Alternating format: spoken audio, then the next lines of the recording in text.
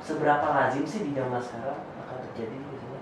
Ketika kita merasakan melakukan hal itu mulai ada beban, itu mungkin salah satu bentuk bahwa kayaknya kita berarti nggak happy dengan apa ya, dengan kondisi saat itu. Dan tentu ini kita beda pendapat, lalu solusinya apa?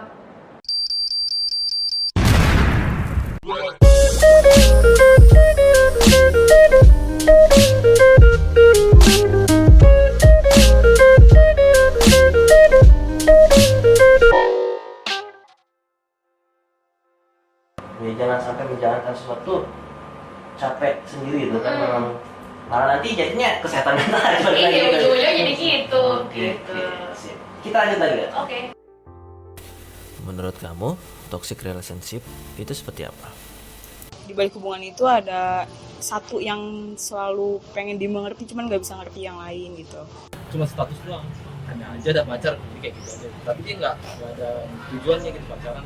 Yang sering gue denger biasanya di pacaran sih ya, kayak lebih ke main fisik gitu loh, entah itu mukul atau hal semacamnya lah.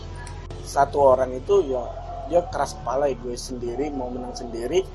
Kalau lihat dari sini udah masuk semua. Udah masuk semua sih sebenarnya. Itu masuk kalau hubungan gue pacaran yang penting status doang. Iya. Masuk juga dia. Bisa jadi.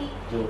Berarti dia tidak apa ya, tidak ibaratnya bukan mengilhami, tapi tidak menghayati hubungan dia tuh dengan selayaknya orang berrelasi. Makanya bisa jadi dia status doang, tampilannya jadi cuek sama pacarnya, sama ceweknya, jadi nggak peduli segala macam. Itu kan sebenarnya salah satu. Ya memang sih namanya toxic sebenarnya kan umum banget gitu. Dan yang menjadi toxic buatku belum tentu jadi toxic buat orang lain gitu kan. Gitu. Makanya kadang-kadang ketika dibilangin kok hubungan kalian aneh sih gini nih, enggak kok baik-baik aja gitu kadang-kadang. Iya betul. Ya. Intinya selama yang menjalani benar-benar merasa nyaman, ya benar-benar merasa bahwa pasangannya dia adalah bisa memberikan dia kenyamanan lahir batin gitu. Kenyamanan batin dulu kali ya. Kalau kenyamanan lahir itu kan berarti dia sudah memberi nafkah dan segala macam. Tapi kalau sudah merasa nyaman dengan dia ya sudah nggak apa-apa. Tapi cara nyamannya orang kan beda-beda ya. Tapi kan masalah juga kayak gitu ya. Tadi kayak kita balik lagi kalau udah namanya kita ngomong cinta atau sayang, apa aja nyaman-nyaman aja gitu kan. Benar.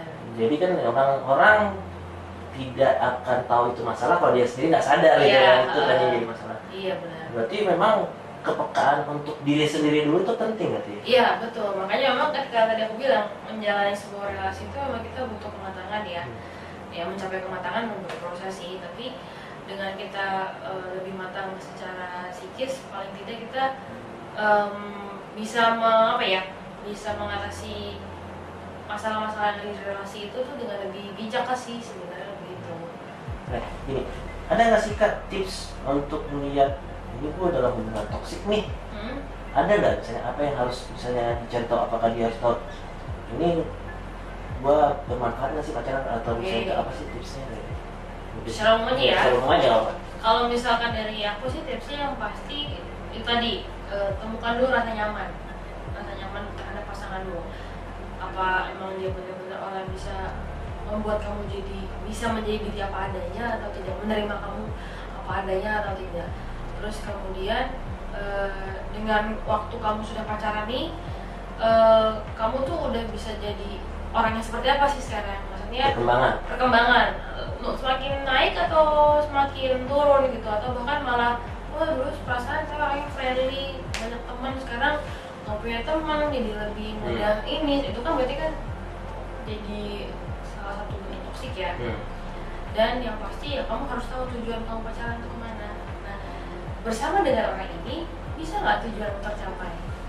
Jadi nanti yang 3 hal itu ya. Nyaman, kemudian adakah perubahan yang di dalam selama perjalanan itu positif atau negatif, kemudian hubungan ini bisa membantu kita nyampe ke tujuan kita nggak sih? Iya, karena kan sebenarnya kalau untuk punya relasi kan juga ya ini, kamu mau bawa relasi ini tuh kemana sebetulnya? Kalau emang mau serius berkomitmen berarti kan harus ada kesamaan visi, misi, seperti itu loh. Tapi kan ya itu kan kalau memang sudah dewasa. Nah itu dia, makanya aku bilang kita sendiri pun harus jadi pribadi yang punya tujuan dulu gitu. Kalau kitanya masih belum yakin sama apa yang kita ambil, keputusan apa yang kita ambil, coba telah lagi sebenarnya kita ini sudah siap nggak sih untuk pacaran, untuk menjalin relasi sama lawan jenis gitu. Kalau kata belum, daripada kita kerepotan membenahi hubungan orang lain, kenapa nggak kita coba perbaiki diri sendiri dulu? Oke, itu kalau misalnya dalam hubungan ya. Iya.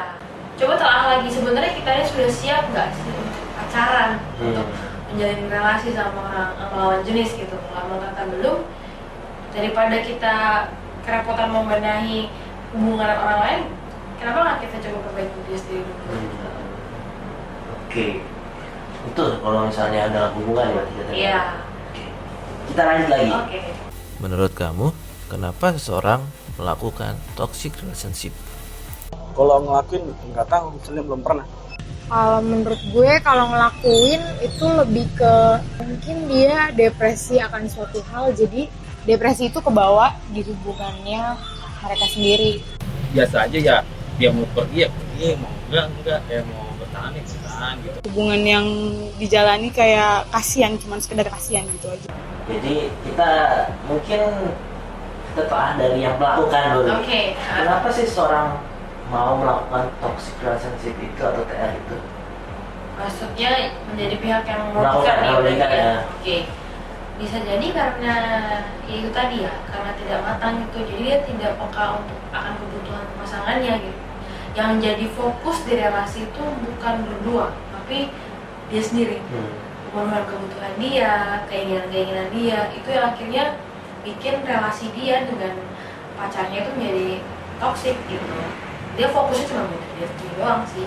Sedangkan kalau kita pacaran kan, ya kita juga harus bisa mau dong paham dan peka sama iya begitu.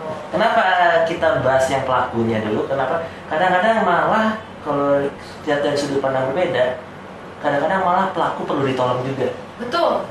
Nah, karena mungkin bisa jadi dia nggak sadar bahwa sebenarnya dia sedang menjalankan relasi atau dia sedang berperilaku yang merugikan untuk relasi dia dengan pacarnya gitu. Ini kan kadang-kadang ya bisa tadi kayak tadi bilang mungkin dia punya masalah di rumahnya, keluarganya. Biasa sih kalau masalah-masalah kayak gini biasanya akarnya sih kalau yang saya lihat di keluarga ya sebenarnya. Ya, itu masalah pribadi dia dulu ya. Pribadi kayak gitu.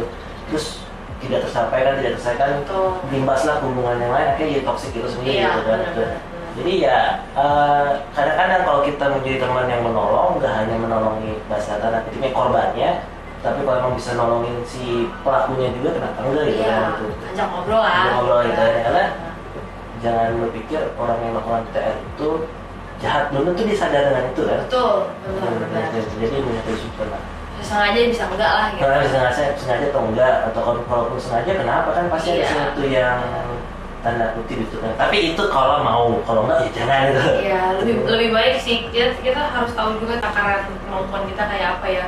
Kalau yang ada malah bikin kita si pihak luar malah jadi rugi atau mungkin ya jadi membahayakan ya mereka usah. Nah, kalau teman kita yang TR gitu kan, teman kita yang melakukan mungkin kita bisa bantu. Ya awasin aja dari jauh gitu. Jauh kan. Itu sih karena banyak, karena kalau dari TR ini sebenarnya sumbangsinya nggak satu pihak, dua pihak gitu. Betul, dan bahkan mungkin bisa ke pihak lain, ya bisa ke keluarganya, bisa ke teman-temannya kan. Iya sih, TR. Banyak yang bos dengan TR. Iya benar, menarik. Kayak misalkan nih TR ini akhirnya bisa membuat pacarnya jadi menarik diri. Otomatis kan komunikasi sama relasi dia keluarga, orang juga jarang di rumah, terus nggak pernah main sama teman-temannya juga yang lain gitu kan. Itu kan juga salah satu bentuk bahwa TR ini tidak hanya merugikan buat pasangannya dia juga, tapi juga untuk orang-orang yang di sekitarnya dia gitu. Atau tanggung jawabnya dia, jadi nggak pernah kuliah, nggak pernah rajin tugas, nilainya jelek gitu. Jadi tidak jangan perang gitu sebenarnya. Iya betul. Ya sih malah menarik mundur jauh berarti bisa juga. Bisa jadi kayak gitu. Kalau misalnya orangnya selalu nge-push pasangannya harus jadi lebih baik segala macam, tapi ternyata pasangannya belum siap untuk melakukan itu terus kayak gimana sih? Tergantung ya, maksudnya nge-push ini kan bisa beda-beda caranya ya. Itu yang tadi yang bilang kalau misalkan tujuan kamu melakukan itu untuk apa? Nge-push supaya pacar kamu jadi lebih baik biar bisa membanggakan kamu, atau fokusnya adalah supaya kamu tahu kalau pacar kamu tuh sebenarnya bisa. Kalau pacar kamu tuh sebenarnya bisa, kasarnya gini, suaranya bagus, bisa nyanyi. Jadi aku pengen, jadi dia bisa nih kayaknya ikut Indonesian Idol misalkan gitu kan, didukung, dipush. Balik lagi, itu tujuannya buat siapa? Buat membanggakan buat dirimu sendiri atau buat pacarmu, karena kamu tahu dia punya potensi itu dan memang orangnya suka nyanyi dan memang suka tampil. Karena ada juga yang mungkin suka nyanyi tapi dia nggak suka di ajang-ajang seperti itu. Nah itu kita perlu cari tahu dulu kan sebenarnya kesukaan apa yang jadi concernnya dia, apa yang jadi sukaannya dia dulu. Tapi kalau fokusnya buat diri sendiri ya itu pasti udah beda lagi tuh. Nge-pushnya malah jadi bikin yang di-push ngerasa gak nyaman. Gitu jadinya. Karena mungkin dia ada sayang, jadi dia nggak mau pergi, itu makanya dia bertahan dulu di toxic relationship itu. Yang namanya orang kalau pacaran kan pasti ada kebutuhan yang terpenuhi lah ya. Nah mungkin dia merasa kebutuhan itu bisa dipenuhi oleh si pacarnya, tapi sebenarnya cuma itu doang, sementara lebih banyak ruginya. Nah ruginya tuh suka dilupain tuh. Ya, tapi kadang-kadang kalau teman pacarnya positif disuruh jauh semua. Iya.